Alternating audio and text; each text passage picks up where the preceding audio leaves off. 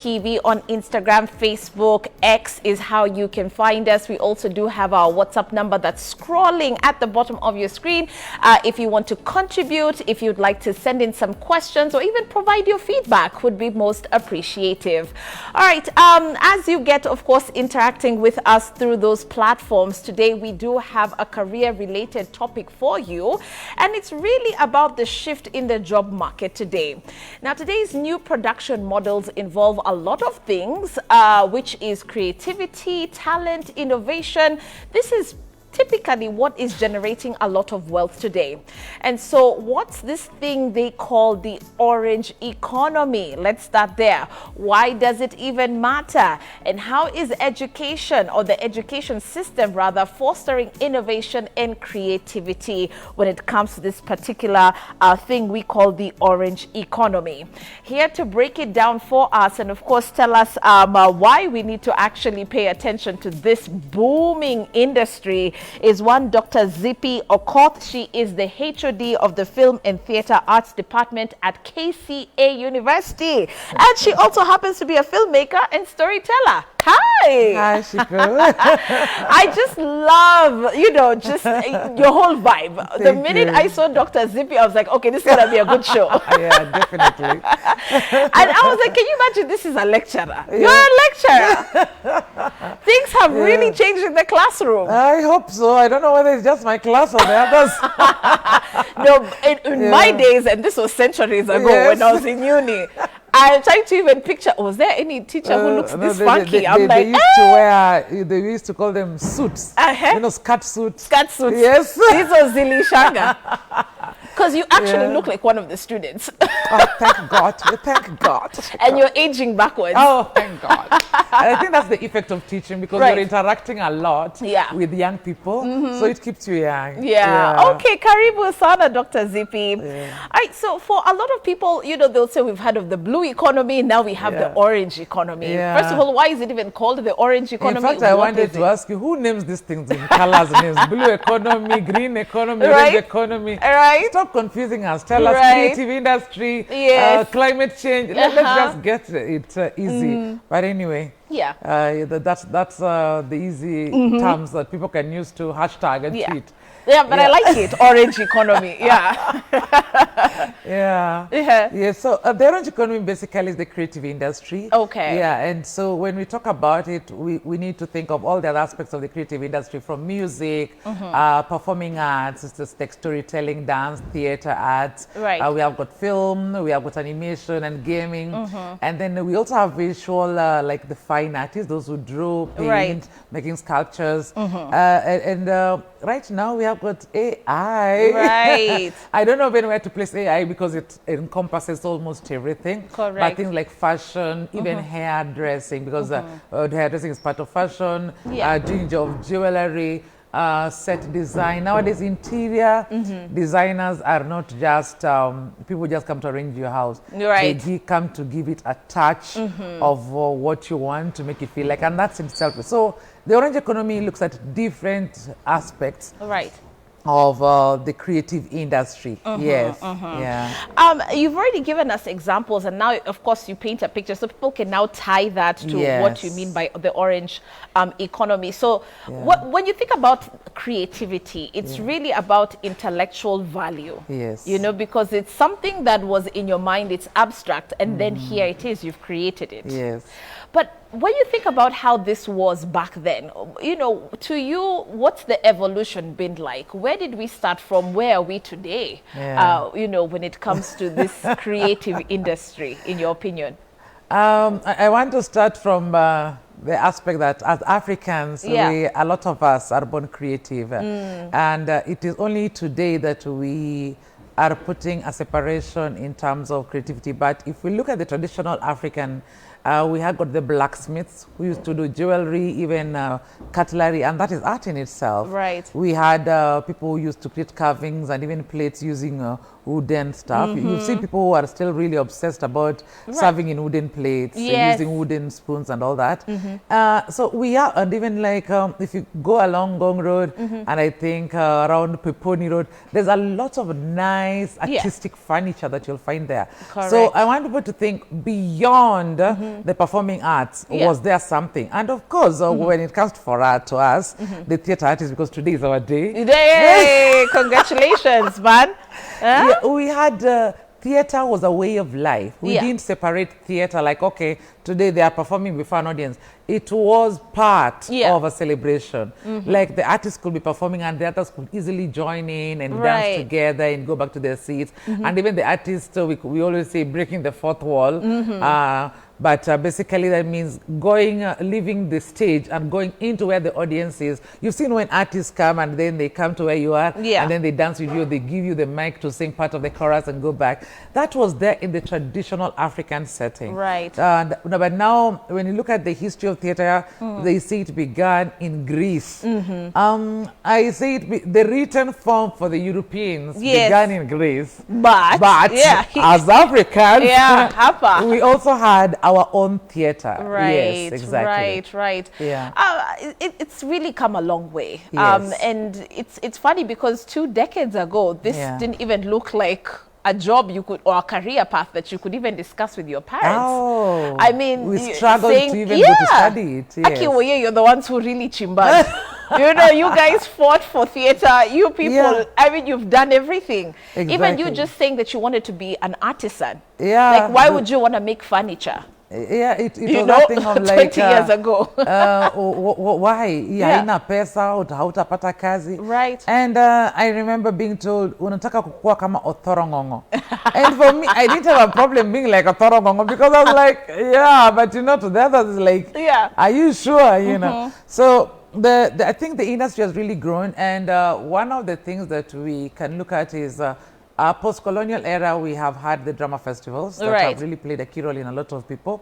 Personally, I was not very lucky to be part of drama festivals. My high school didn't like it that much. Yeah. But I went to university and I studied theater arts. Yeah. But then from there on, you've seen by the fact that we now had the drama festivals, it created a lot of interest of where next for these talented people. Right. And so we had colleges and universities starting to create avenues where people can study theater arts and film.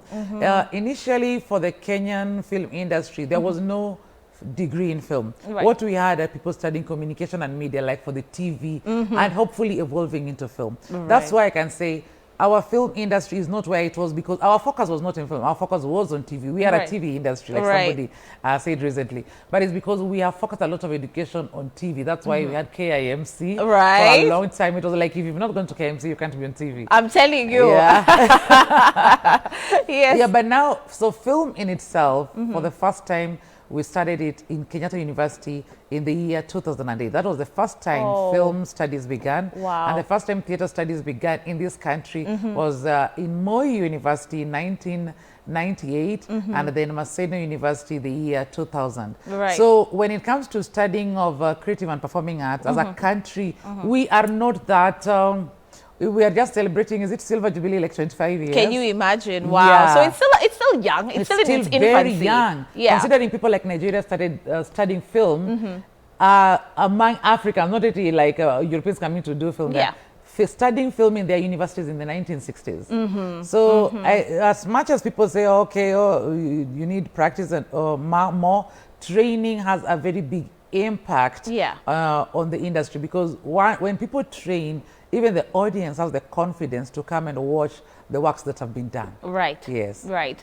All right, let's just remind our viewers that they can start sending in their text messages or even their feedback. By the way, if you have either your child or someone, by the way, who you're mentoring, who's kind of in that space where they're not too sure what they want to get into, this is a great conversation, because it really does, if you ask me, speak to directly to our youth, because they can find a lot in this particular discussion that we're having when we're talking about the orange economy. Maybe your daughter or your son is telling you, I want to be a rapper, I want to be in film, you know, mom, I want to get into robotics. I mean, this is exactly what it's all about. It's not just specifically, obviously, Dr. Zippy's line. There's so much that is involved in the orange economy, but what we're talking about is trade that involves intellectual value, okay? So creativity, innovation. What questions do you have? Throw them to Dr. Zippy at K24 TV across those platforms as well. well as through WhatsApp.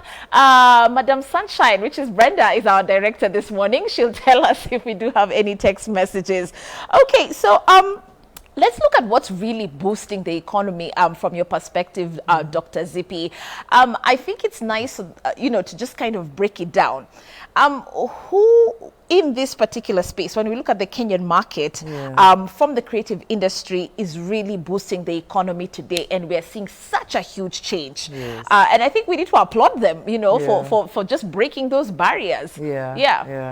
A lot of barriers are being broken. I always start by bragging myself. Yeah, hey. Actually, tonight I have a film coming out. Oh, nice. At KICC, it's called Otis Janam. We shot it in Rusinga Island in the last year, and it is set in the 90s, and it has all this story about portraying love and conquering. Nice. And one thing I love about this film is, when it is shot in the village, it is in Luo authentic, but I, as I'm in academia, I work together with my students, my former students, and my current students in the project. And for me, it's that just that breaking that a conversation that people have been saying, oh, people who are trained are not so good. I'm like, come and see what education impact has in terms of production, because we have a really good production. And a lot of when you look at the Kenyan industry, we have had a lot of awards since we started training in film. We used to have films being done by white men. And in Kenya, that was around, I think, the 90s. But from the 2000s now, when we started studying film, it takes young people to start making money in film. So I think from around 2010 is when we started seeing Kenyans winning a lot of awards. Right. And also taking into consideration that nowadays Kenya is even one of those nominee countries for Oscar indigenous language films. Nice. It means even the whole world can see that Kenya is producing good content. So we are at a really good place as an industry. We have really grown. There was a time we could have only 2 feature films a year in this country. Right now, we are having around 15 feature films. I'm not talking about short films, feature films being done. The other day, we had the Kenya Theatre Awards, which is becoming one of the biggest theatre awards in this country. And from the report, they said we had over 300 plays, productions done last year only. Fantastic. So when we think of that, it means the audiences are growing, content is growing, and of course, professionalism is also growing, so that it is not just a niche group of people producing content. We are having so many people producing content, and an array of them. From like nowadays, we have shows where it's just poetry. Around 10-15 years ago, poets were curtain raisers for plays. It's true. Now, or for anything else. Or for anything else. Even you are like, oh, let's come and perform a song as we do this. Nowadays, we have an entire music show of 2 hours, acoustic. Right. We're not even talking about band yet. Acoustic music show. We have got poetic music show, poetry show. We have got one-woman shows. We have got a whole theater show. We have got the different genres, even dance shows. And we are even having people going to the cinemas to watch just a group of short films. And that's great. And that's great. So it's not just it's not just having people like, oh, are you having a play? Then the ones will open curtain raise for you. Or are you having a feature film? Then we will start with short films. Is when the feature films. There's a lot that has transformed.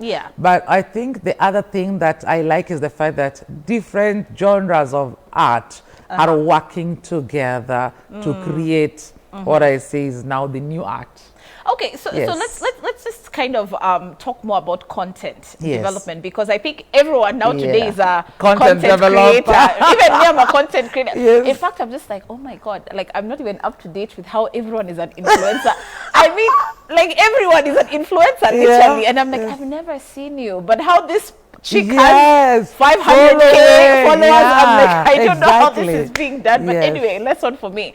But in terms of, because this is very relatable to a lot of young people who are watching, which is content creation.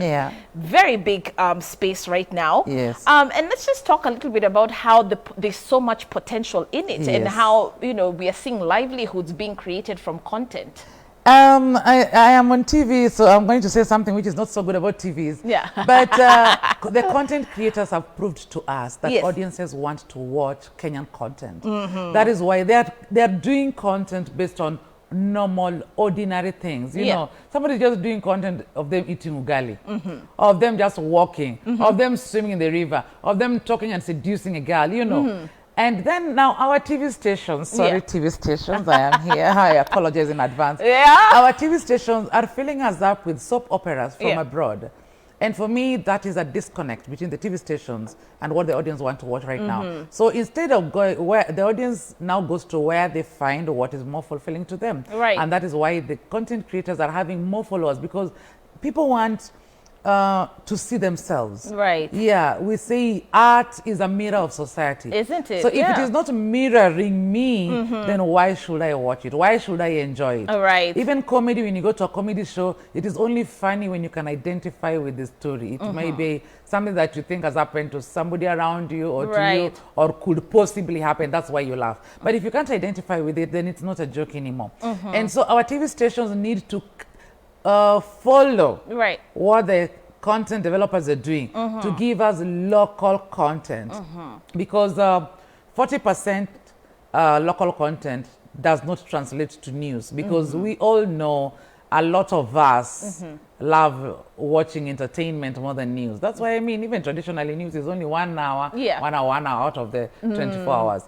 So we need to look at the 40% that the country has given us as a policy in terms of entertaining. But what type of entertainment are you giving us? Give us. We want to see Kenyans on TV acting in a Kenyan way, you know, doing Kenyan things, then we will enjoy. That is why you'll find that there are those shows, the ones especially that you'll TV stations like bringing from 7:30 to 8. In fact, all Kenyan TV stations, they bring the local one only 7:30 to 8. But the ratings are amazing. The ratings are very amazing. And I ask, why don't you bring that one also again from 8 to 9 or after? Because if we had a segment from the whole of 7:30 to 9 p.m. purely Kenyan content, I think that would really contribute a lot. There would be such a huge change. And I think also you kind of train people to start loving their own. I mean, you cannot describe how Nigerians just love their content and, you know, absorb it.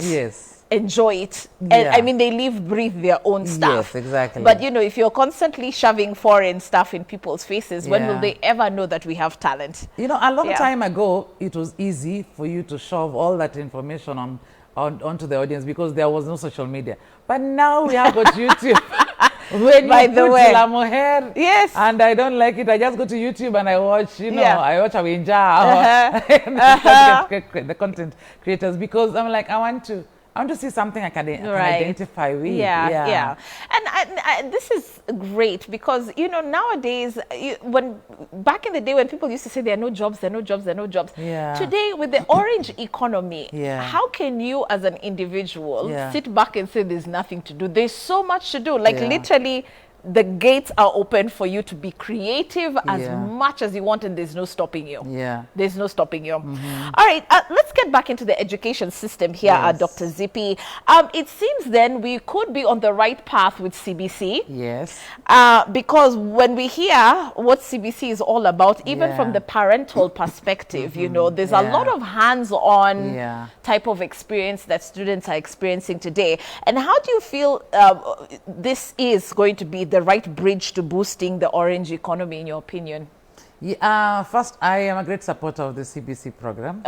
Because at least now I know that if my daughter is not as good in maths, then she will still shine in whichever area she is in. I know. Because I think the other STEM program put people in a situation where if the child is not good in sciences, then they are considered failures. Yet we have got all these applied arts that somebody could be in, even home science, fine arts, creative arts. And I like the fact that the CBC program now is even looking at film and theater as a concept that can be taught from junior secondary.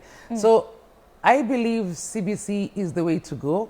Because even when you look at the current generation, they do not like doing work on their own. They want to they want to work as a team. Yesterday I was talking to a friend and he talked about the 8-4-4 effect, where we just want to do our things on our own, to copy on our own. And to cram and copy. And not share information. And not share, Because if somebody copies, like she copied me, that was my idea. Yeah. But now with the CBC, people are working in groups. Yeah. The assignments are given in groups. Either you do with your classmates or you do with your parents. And that has in itself, I think, is helping the current generation to understand innovation is not a lonely journey. You work together with people and you enjoy the victory together. Okay. And I think that's the way to go, because for us, Shiko, in our industry, you don't work alone. Like right now, people are only seeing Shiko and Zippy, but how many people are behind the camera? Oh yeah, a number. Exactly. Yeah. So that's teamwork. And when it is embedded in our young people from a very early age, it is good. When you come to the university, right now I'm a lecturer at KCA University. We are very hands-on in terms of our training for performing arts and film. In fact, we even do productions with the industry. We bring the industry to talk to our students, to do master classes, and we send our students to work with the industry. A lot of our courses are very practical based. You'll find that if we're doing a lesson, let me say, on acting, then it is going to be examined 100% practical. And that in itself really helps identify student strength, so that by the end of your 4-year course, you know, this is the line I want to go into, because first and second year we teach you everything. And third and fourth year we reach a point of specialization. So you know, I want to go in which line of film. Do I want to be on the technical side of film? Or do I want to be in the production side of film? Or do I want to be in theater arts? And that really helps students, so that at least, even if you want to be a camera person, you have a grasp of what directing and acting is and all that. So you're not just shooting blindly. You know how to understand actors and all that kind of stuff. True. Yes. All right, Dr. Zippy, let's take a short commercial break. And of course, hopefully when we get back, we do have some questions or feedback that have come through our social media platforms. We'd like to sample them. If you haven't started talking to us, please do. FYI, we are not also cutting off the traditional career paths that we knew. Sana sana watu wa 844, so unachujua tu. There's also a role for you, FYI, in the orange economy. When you talk about the creative arts, accountants are still needed, health professionals are still needed in the creative space. How can you also plug those in as well? We'll be talking a little bit more about education, innovation, and the orange economy when we get back at K24 TV. Yet again, is how you can reach us across those platforms. We'll see you in just a sec.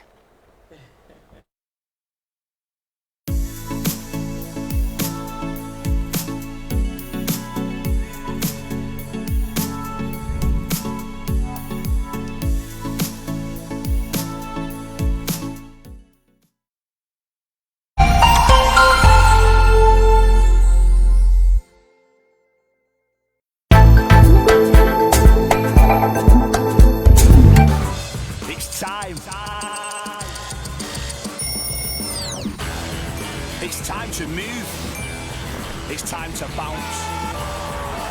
It's time to lead. It's time to shout. Time for new dreams.